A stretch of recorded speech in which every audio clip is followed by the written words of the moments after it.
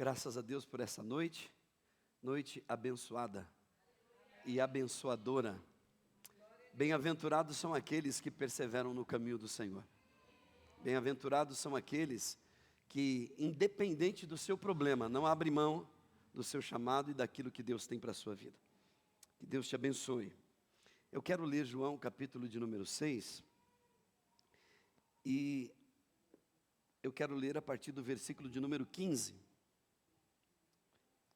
Livro de João, capítulo 6, versículo de número 15, que diz assim: Então Jesus ficou sabendo que queriam levá-lo à força para o fazerem rei. Então ele voltou sozinho para a montanha. De tardinha, os discípulos de Jesus desceram até o lago, subiram num barco e começaram a atravessar o lago na direção da cidade de Cafarnaum. Quando já estava escuro, Jesus ainda não tinha vindo se encontrar com eles. De repente, o vento forte começou a soprar e levantar as ondas. Os discípulos já tinham remado uns 5 ou 6 quilômetros, quando viram Jesus andando em cima das águas e chegando perto do barco. E então eles ficaram com muito medo. Mas então Jesus disse: Não tenham medo, sou eu. Então eles o receberam com prazer no barco. Algumas versões dizem, eles receberam com muita alegria no seu barco. E logo chegaram ao lugar para onde eles estavam indo. Amém? Até aqui, somente para a nossa meditação de hoje à noite. Enquanto nós estamos aqui, enquanto eu prego o Evangelho, eu falo de Jesus para você e para algumas pessoas que irão assistir, quem sabe depois, eu tenho um irmão que está na mesa de cirurgia, o meu irmão do meio, fazendo uma cirurgia bem séria. E eu estava pensando um pouquinho da minha infância, como foi a minha infância junto com os meus irmãos, e principalmente junto com este, né? Que a gente se divertiu bastante, mas fizemos bastante artes. Nós éramos muito artistas. Ele era o maior de todos, o mais forte, e ainda é o maior e o mais forte. Eu sou o menor dos irmãos, e eu estava pensando quanta coisa, quanta história que a gente tem para contar. Eu me lembrei que, certa feita, o meu pai resolveu mudar de casa. O meu pai era um ser mudante. Ele sempre mudava. Ele sempre estava mudando. Uma vez, a cada ano, pelo menos umas 3 vezes. Ele era um ser que gostava de mudar. O meu paizinho. E eu nunca me esqueci que um dia ele resolveu morar dentro de uma mata.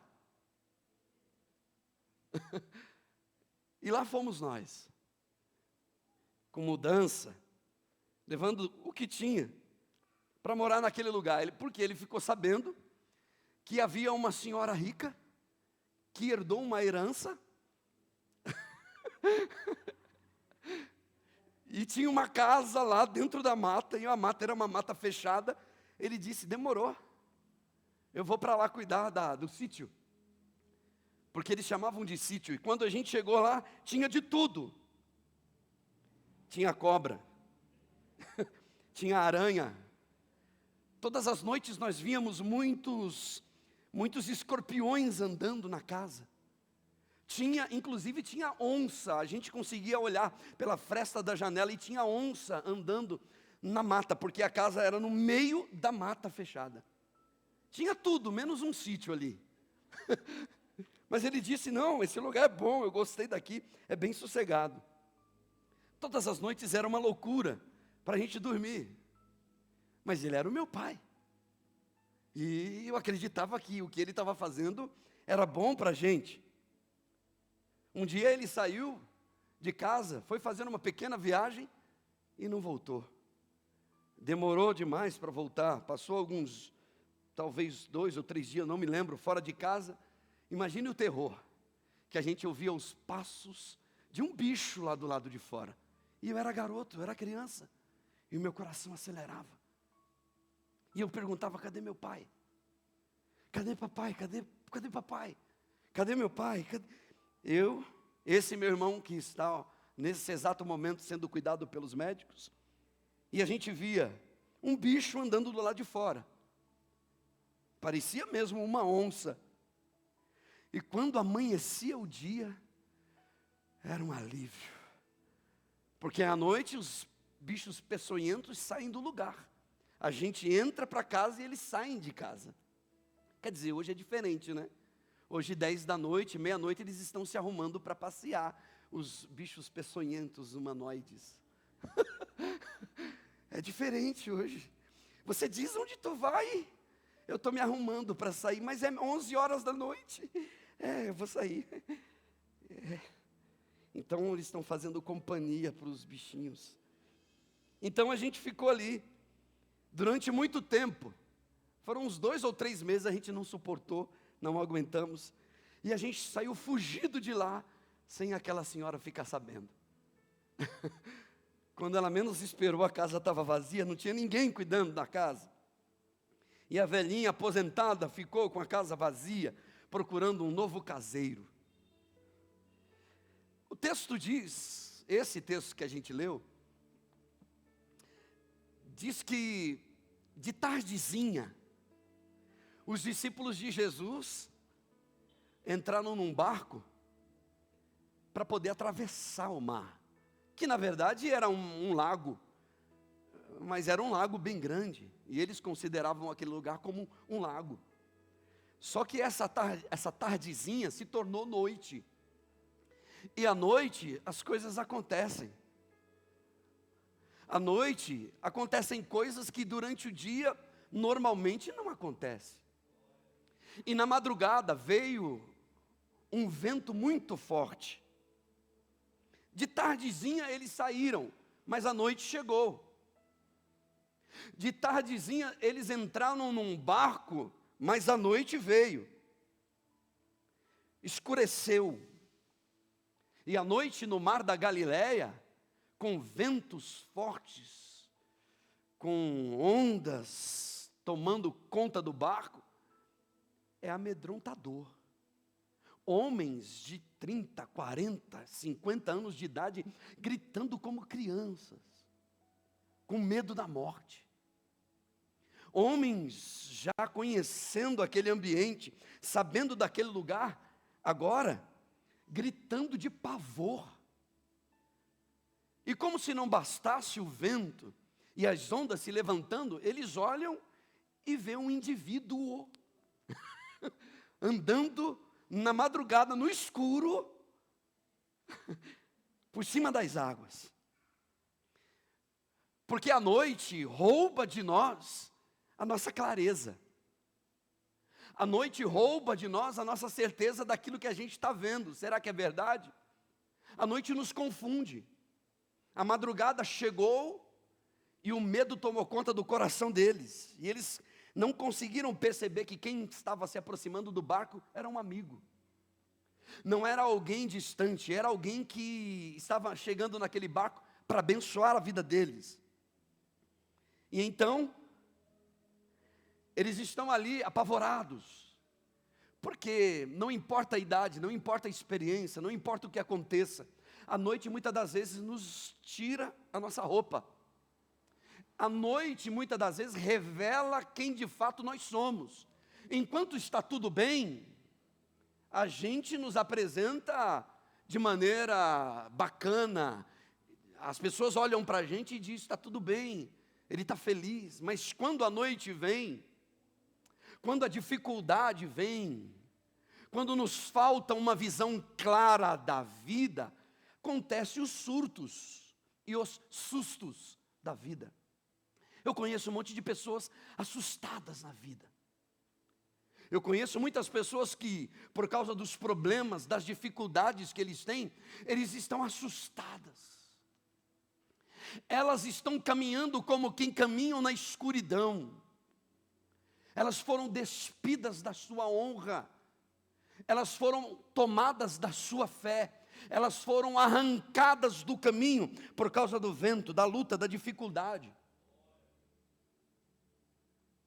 O vento vem, a tempestade vem, e dependendo da noite, até os mais fortes são expostos. Dependendo da noite, até os mais experientes gritam de pavor. Está aqui, homens gritando de pavor. Homens que, quem sabe, na hora anterior, lá atrás, eu vou criar uma hipótese. Na mesa do bar, ele era aquele cara lá. Na mesa, no campo do jogo, na vida, ele era aquele sujeito forte, o maridão, que protegia a família. A esposa, que era uma mulher de fé. Mas quando veio a tardezinha e foi anoitecendo, muitos que estavam caminhando tão bem, começaram a gritar de pavor. Muitos que estavam caminhando tão bem, acreditando na palavra, confiando em Deus. Eu conheço muitos que quando a cobrança chegou, ele afinou. Eu conheço muitos que deram uma palavra diante de Deus, deram uma palavra diante do Senhor, mas quando veio a dificuldade, ele piou como pintinho. Piu. Pulou fora para se safar. Porque quem pula fora para se safar é um safado. E está aqui, homens com 40, 50 anos, mas olha, eles estão na escuridão. Eles estão com dificuldade de enxergar a vida como ela é de verdade, porque a dificuldade é muito grande. Porque nós olhamos para Deus e imaginamos Ele como se Ele fosse o nosso Pai aqui.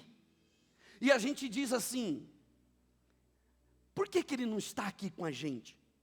Porque diz a história, se você ler o texto, quando eles saíram da beira do mar, Jesus estava lá. Então Jesus não estava ali com eles agora. E no coração deles, a pergunta é, por que Ele não está aqui na hora que a gente mais precisa dEle? Porque eu e você, nós somos assim, a gente formata um Deus que está lá. Ele está lá. Deixa eu te dar uma boa notícia. Nem sempre Ele está lá do jeito que a gente quer que Ele esteja lá. Nem sempre Ele está lá, Jesus está lá, da maneira que eu imaginei que Ele estaria lá. E por que é que nem sempre Ele está lá? Porque eu preciso aprender lições na vida. Eu preciso crescer. E o crescimento, normalmente, ele vem na tribulação. No meio da dificuldade é que você cresce, que você amadurece. E a gente imagina um paizão que ele é, o nosso paizão, só que esse paizão é formatado pela minha cabeça. A gente diz assim, não, ele vai me livrar dessa. Você se lembra de Sadraque, Mesaque, Abednego? Você se lembra de Daniel? Dá uma olhadinha para os profetas. Ele estava lá, do jeitinho que eles imaginavam que ele poderia estar, ele estava, mas do jeito dele. Muitas das vezes Deus, como um pai que ama uma criança que está crescendo, nem sempre Ele vai segurar na mão. Chega uma hora Ele começa a soltar. E a mamãe fica lá do outro lado. Vai meu filho, vai. Ele corre, pegou. Aí ele vai, quando ele começar a andar, agora está andando, está caminhando, está subindo. Muitas das vezes, Deus faz assim, porque é necessário que eu cresça, que eu amadureça. As lutas vêm, as dificuldades vêm. O texto diz que escureceu, e os discípulos estavam aguardando o retorno de Jesus, mas ele não retornou. E eles estão numa guerra, numa luta contra o mar. Eles estão provavelmente pedindo socorro, pedindo ajuda para Deus, porque o mar está encapelado. O mar está soprando, o vento está soprando forte. Provavelmente eles estão olhando um para o outro e dizendo: cadê ele? Onde é que ele está? Por que ele não está aqui agora? A gente precisa dele agora.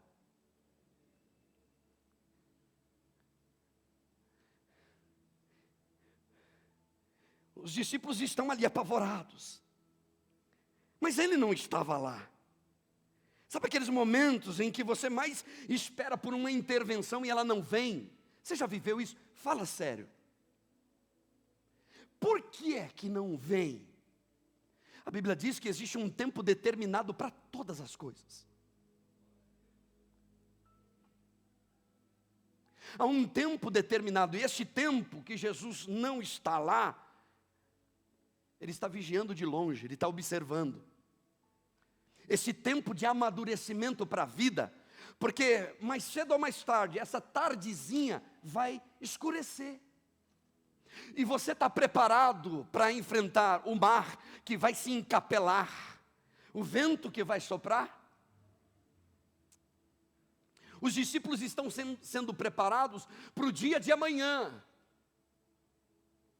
Jesus não está lá. Ele não interveio até então. E a gente precisa aprender a lidar com o ainda não de Deus. Cadê Jesus? Ele ainda não chegou. Você se lembra de Marta e Maria? Onde ele está? Ele ainda não chegou. Interessante que na história de Marta e Maria, de Lázaro, o morto, o defunto, o texto diz que Jesus falou assim: ainda bem que eu não estava lá quando ele morreu. Ainda bem que. A gente precisa de aprender a lidar com o ainda não de Deus e o ainda bem que de Jesus. Porque ali havia uma lição que precisava ser ensinada.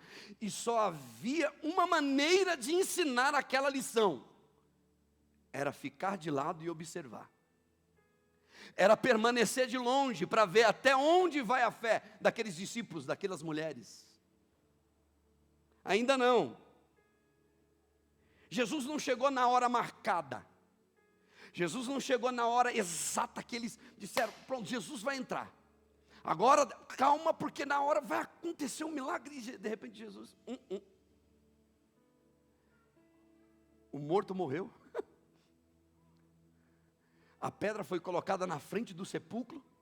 E cadê Jesus? O texto diz que Jesus disse: ainda bem que eu não estava lá.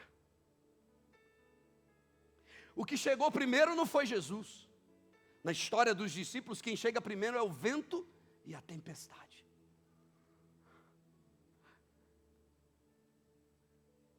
E Jesus não estava lá. O vento veio, a dificuldade veio.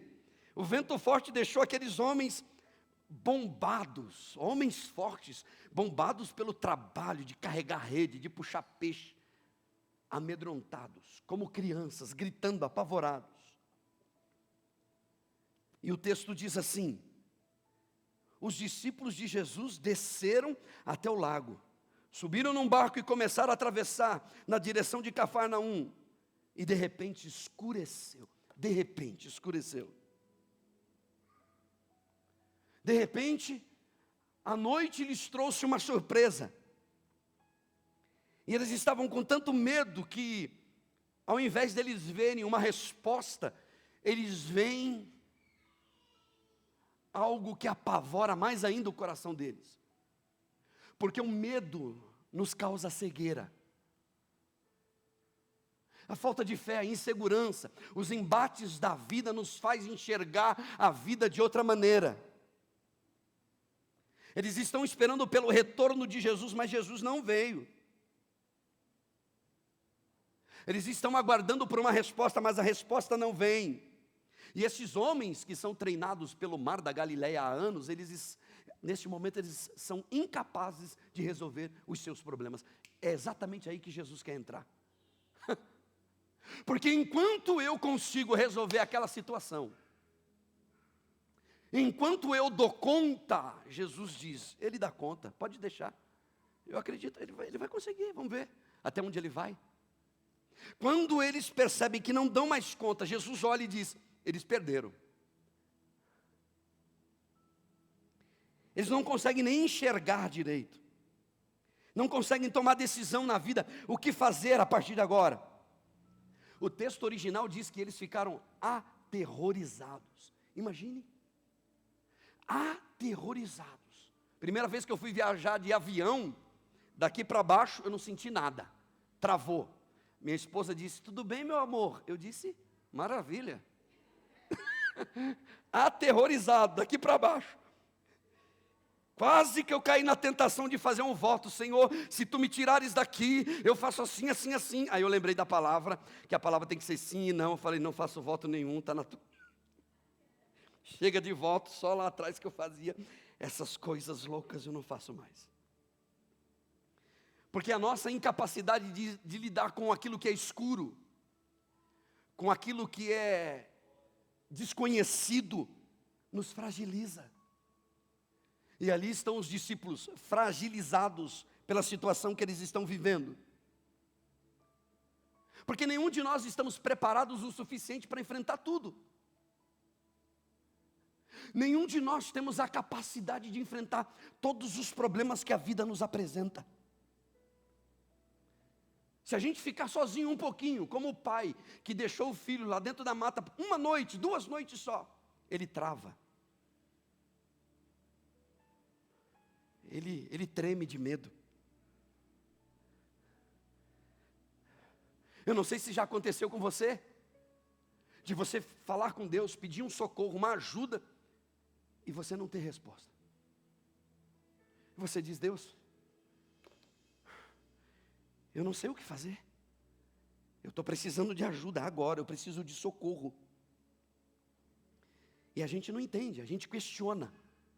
Eu tive conversando com uma pessoa esses dias, ele disse para mim, um homem, um pai de família, ele disse, pastor, eu não estou entendendo. Eu não estou entendendo o que está acontecendo na minha vida. E se você olhar para a vida do irmão, o irmão anda com Deus, ele caminha com Deus. Eu disse, irmão, fica firme, segura na mão de Deus. Segura nessa corda que você está agarrado nela. Segura nela. Porque a promessa que Deus fez, ela vai se cumprir. Um dia eu ouvi um pastor dizendo assim, segura firme, porque Deus não rói a corda, Ele vai puxá-la, Ele vai sustentar você. Ele vai abençoar a tua vida, Ele vai segurar na tua mão. Só que tem um detalhe, eu quero tirar algumas lições daqui, meu tempo é curtíssimo hoje. Jesus falou para a multidão que estava esperando Ele lá do outro lado. Já havia falado com uma outra multidão, os discípulos estavam ali. Jesus falou para eles assim, olha, por que é que vocês estão resmungando contra mim? Eu adorei essa versão. Por que é que vocês estão resmungando contra mim? Você já viu aquele filho que quando o pai fala, ele fica... Por que vocês estão resmungando contra mim? Inclusive aqueles que andavam com Jesus ficavam resmungando contra ele. Então a primeira lição para a minha vida hoje, para o Sérgio, a começar de mim, Sérgio, não resmungue contra Deus, porque Deus sabe o tempo e a hora certa de responder o que você tem pedido para Ele. Mas o mar está encapelado, Deus. Anoiteceu, está difícil, a vida está complicada, está difícil o relacionamento dentro de casa, com o marido, com a esposa, com o filho. Querida, querido, não resmungue, glorifique o nome do teu Deus, porque Ele tem uma resposta para a tua vida. Não coloque culpa em Deus por conta das suas inseguranças e inadequações. Continue confiando em Deus. O vento está soprando forte contra os discípulos. E Jesus não está lá. Não está. Não, pelo menos não da maneira que eles querem. Me entenda, por favor. Pelo menos não do jeitinho que eles querem, na hora, para responder do jeitinho que eles querem. Ele não está lá. E aquela situação ficou estreita, ficou pequena para eles. E por que é que Jesus permitiu? Jesus não sabia? Sabia. Porque Jesus queria ensinar algo para aqueles homens.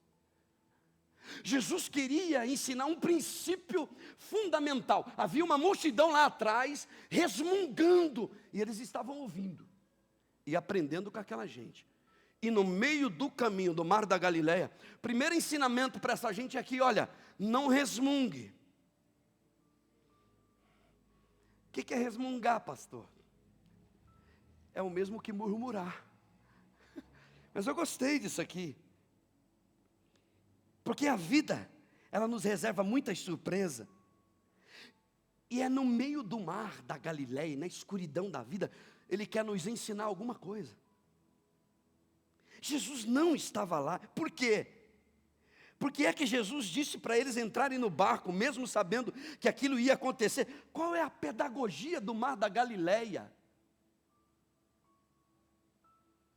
Qual é a pedagogia do vento que sopra e levanta uma onda enorme? Jesus está preparando o coração dos seus discípulos. Jesus está fortalecendo a alma, porque quando eles atravessarem do outro lado, tem gente resmungando lá também. Você sai daqui, e quando você chega em casa, ai, ai. Quando você chega na empresa, ai, ai. Você pega o ônibus, pega o Uber, ai, ai, ai.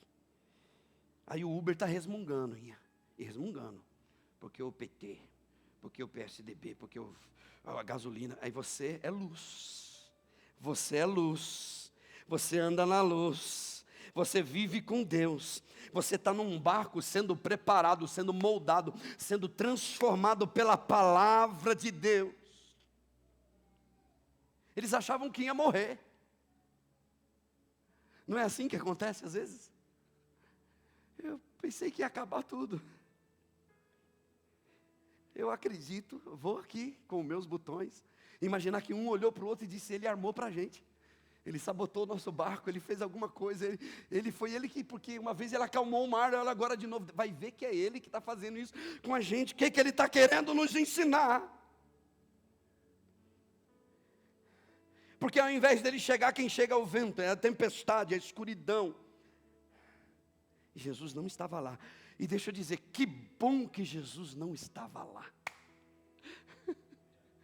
Porque é que muitas das vezes é necessário o pai soltar a mão do garoto, é para ele aprender. O pai leva até na porta da escola, dali para lá, é ele, meu amigo, vai entrar chorando, rasgando, vai aprender, daqui a pouco ele está amando aquele lugar, porque ele aprendeu a pedagogia de viver junto, de caminhar junto, de ficar longe um pouquinho do pai, mas ele sabe que ele tem o suporte do pai. Que bom! Porque a gente sempre acha que ele vai estar lá. A gente quer um Deus babá, sabe? É ou não é? Um Deus babá. Esses dias eu vi um vô. Eu amo ver os vô. Um dia eu vou ser vô. Eu amo ver os vô. Os vô são tudo vovô. Aí o vô, a hora que o bebê ia cair, a mulher deu um grito tão alto, a vovozinha, tão alto, que eu levei um susto do grito que ela deu e a criança estava tudo bem. Ela disse, é porque é o meu netinho. Aí eu pensei, ainda bem que Deus não é vovô, Ele é pai. Porque Deus deixa a gente cair às vezes. Porque é necessário a pedagogia do cair e levantar.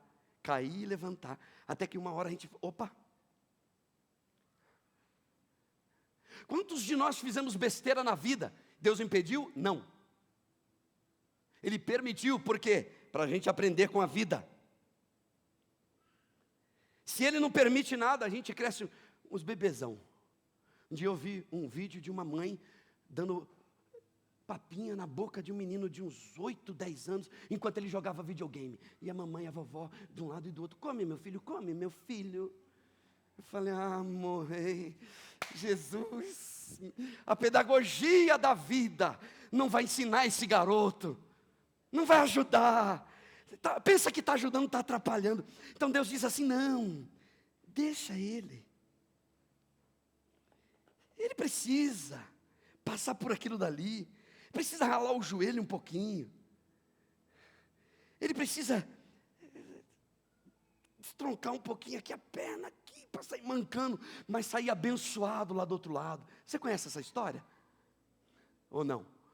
Do sujeito que começou tão bem, andando todo ereto, quando teve um encontro com Deus, Deus teve que destroncar o nervo da perna dele, porque ele era difícil. Então disse, eu vou ter que destroncar o nervinho, ele vai sair daqui mancando, mas ele vai sair daqui uma pessoa diferente, aleluia. Então, na pedagogia de Deus, Ele nos ensina hoje, que a gente não pode resmungar de maneira nenhuma. Porque quando a gente cai, a gente pensa que ele vai fazer igual o vovô Sérgio. Não, ele não vai. Ele vai dizer assim, eu te avisei, falei para você. Chama papai e mamãe, chama. Deixa eu dizer uma coisa aqui nessa noite. Sabe qual é uma das curas que Deus quer produzir dentro de nós? A cura dos resmungos. Segunda coisa que eu quero dizer é que Deus não arregala os olhos. Deus não arregala os olhos. Deus não faz assim. Você faz. Ele não. Deus já sabe de tudo. Deus não leva sustos na vida. Quando Jesus vê aquela tempestade, ele, ao invés dele ficar assustado, ele caminha sobre aquela dificuldade. Ele não leva sustos. Por que é que Deus às vezes fica de longe, observando? Para ver como que nós vamos lidar com aquela situação. Para ver como a gente vai lidar com a sogra, com a cunhada, com o patrão, com aquele cliente que chega lá na loja, com aquele funcionário bacana, que pega no pé, sabe? Com a esposa rabugenta, com o marido bruto, ignorante, que acha que é dono dela. Ele fica de longe, só observando, para ver se a gente cresce. Vê se cresce. Esses escorpiões, serpentes, cobra, onça, que aparece, Deus não arregala os olhos, porque foi Ele que criou tudo isso aí. Deus não leva sustos, eu levo. Deus não é surpreendido pela conta do boleto que chegou de R$1.500 para eu pagar. Ele já sabia. Pague, meu querido. Quem mandou pisar fundo? Quem mandou querer ultrapassar na faixa que não era para ultrapassar? Não vou pagar a conta para você. Corre atrás, vende mais saco de lixo. Corre, vende, faz o que for preciso. Deus não arregala os olhos. E são essas variáveis da vida, essas serpentes, escorpiões, essas onças que às vezes a gente arregala os olhos e que Ele não está lá. Mas Ele deixou a casa bem selada. Ele deixou tranca na porta. Ele explicou, Ele orientou como é que faz. Pastor, o que você está dizendo? O que você está falando? Onde você quer chegar? O velho homem precisa de morrer. Enquanto o homem velho continua reinando, governando sobre si, ele continua tomando sustos. Não dorme direito. a língua continua do tamanho do Brasil, zil. O orgulho é do tamanho do mundo. Não abaixa a guarda de jeito nenhum. O velho homem precisa morrer, ser sepultado. O velho homem precisa ser sepultado. Por quê? Porque ele não pode continuar vivendo assustado. Pega o telefone com medo. Olha quem está no telefone, é o seu filho, ele está aqui, olha o seu filho. Ai meu Deus, o que aconteceu? Você é de Jesus, irmão. Deus quer que você durma em paz e descanse o teu coração. Você sabia que a nossa natureza sempre vai tentar sabotar a gente? Eu gosto muito da frase de Martinho Lutero, que ele diz assim, olha, eu pensei que quando eu fosse mergulhado nas águas do batismo, o velho homem seria sepultado morto, mas depois de um tempo eu descobri que o miserável conseguia nadar. É uma luta. Ele sabe nadar, ele sobreviveu, e eu estou todo dia batalhando, lutando, é o que disse o apóstolo Paulo, é uma guerra, é uma luta. E esse velho homem não precisa ficar mais dominando a tua vida e você ficar assustado. É necessário que a gente viva de fato confiando em Deus, porque o nosso Deus é poderoso para cuidar da sua igreja, para cuidar da sua família, para cuidar do seu povo. Você é filho de Deus, você foi chamado como família do reino de Deus, e Ele está cuidando sim. Eu ri muito. E eu disse, Deus, será que o Senhor quer me ensinar com essa situação que está acontecendo? E em terceiro lugar, porque eu preciso terminar, eu preciso dizer isso. Eu já disse, mas vou repetir. A gente precisa de aprender a lidar com o ainda não de Deus. Deus, o Senhor pode me responder? Ainda não. Jesus está lá? Ainda não. Jesus, o Senhor me ajuda a pagar essa conta? Não, essa é tua. Porque foi tu. Jesus, tu me ajuda. Não, então, tem uma pedagogia que você ainda não aprendeu. Depois de 35, quase 30, 40 anos de ministério, de caminhada, você ainda não aprendeu? Não aprendeu a respeitar a faixa? Nós precisamos aprender a lidar com o ainda não de Deus. Deus te respondeu? Ainda não. Você me pergunta, pastor, tem algo que Deus ainda não te respondeu? Ainda não. E aí, pastor? E aí o quê? A Bíblia diz, bem-aventurado aquele que tem paciência de esperar em Deus, porque a resposta virá no seu tempo certo. A Bíblia Sagrada diz, bem-aventurado é aquele que confia no Senhor, aquele que confia no Senhor e faz do seu nome, do seu braço, a tua fortaleza. Pastor, o Senhor te respondeu? Ainda não. Ele ainda não chegou, não me respondeu, mas eu continuo remando. Ele ainda não me respondeu naquele ponto específico, mas eu continuo acreditando na palavra. Ele ainda não me respondeu, eu estou na luta, no bar, encapelado na vida, e às vezes ele dá uma acalmadinha, e eu começo a surfar, e daqui a pouco vem de novo, eu sou obrigado a ligar o motor do barco, e sair acelerando, e ele não me respondeu, e eu continuo remando. Mas eu sei que eu não estou sozinho. Eu sei que ele está junto comigo. Mas ele não respondeu ainda, pastor. Ainda não. Mas eu confio que ele vai me responder. Mas ele ainda não falou nada. Sim, ele falou. Mas ainda não chegou a resposta. Mas ele está me assistindo, ele está me vendo. Ele ainda não veio, ainda não. O vento está soprando, mas eu continuo perseverando.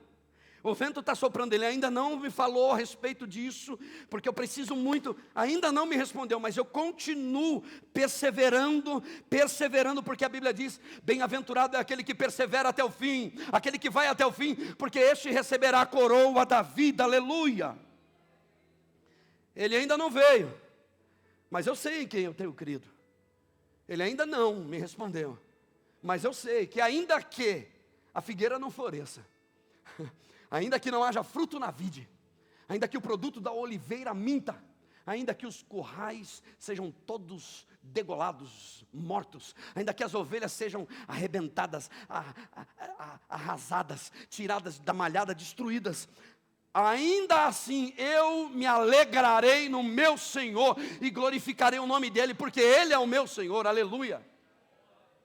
Ele ainda não me respondeu, mas a Bíblia Sagrada diz que mesmo que uma árvore seja cortada na raiz, ao cheiro das águas, ela vai brotar.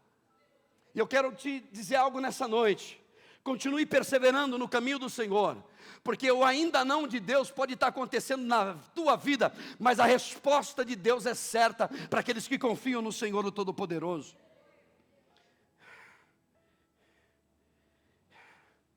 Ele ainda não veio, e quando Ele virá? Não sei, eu nem preciso saber, mas eu sei que Ele vai vir. Eu não sei como vai ser o meu amanhã, mas eu continuo clamando ao Senhor, eu continuo confiando na palavra. Eu aprendi a servir a Deus, escute isso, irmão, eu aprendi a servir a Deus por Deus, não pelo que Ele me dá. Escute isso, aprenda a servir a Deus por Deus, e não por uma resposta que vem ou deixou de vir. Que tem de gente que abandonou Deus, só por causa de um problema dentro da empresa. Eu gosto muito das histórias dos antigos e grandes navegadores. Aqueles homens que navegavam nos mares, com seus navios de velas. Havia uma história, uma lenda, que dizia: o fim do mundo é ali. Então o barco tinha que ir até ali, se ele passasse dali ele caía. E todo mundo acreditava nisso, era o fim do mundo. Era chamado de o cabo da tormenta. Não pode passar dali, ali é uma marca. Se vocês passarem dali, daquele lugar, daquela região, vocês morrerão e nunca mais voltarão para suas famílias. Passou-se anos, décadas, se não me engano séculos, ninguém tinha coragem de atravessar o cabo da tormenta. Mas alguém um dia disse: eu vou reunir um povo, eu vou organizar uma caravana, um grupo de homens que acreditam que além daquele lugar tem terras novas, tem lugares novos, a gente pode navegar, ir além. E aí reuniu um grupo de homens, e ele disse, antes de sair dali, ele disse assim: olha, aquele lugar, a partir de hoje, não se chama mais Cabo da Tormenta. A partir de hoje, aquele lugar se chamará Cabo da Boa Esperança. E eles foram, atravessaram aquele lugar, encontraram ouro, prata, riqueza, e conseguiram fazer comércio para o mundo inteiro. Eles descobriram algo que aqueles que estavam inseguros e com medo, nunca tinham conseguido antes. Quero dizer para você o seguinte: às vezes é necessário você ir além. Sabe por que a gente não consegue prosperar, ir para frente? Porque a gente está limitado. A gente está ancorado, as nossas âncoras estão fincadas no fundo do mar, e Deus está dizendo: eu quero que você vá além, não tem nada a ver com religião. Eu quero que você vá além, porque você precisa enxergar além. Foi para isso que Deus nos trouxe aqui, para dizer para você: eu tenho coisas novas na tua vida, eu tenho algo novo para fazer na tua vida, mas você precisa acreditar e ir além. Fique de pé, por favor.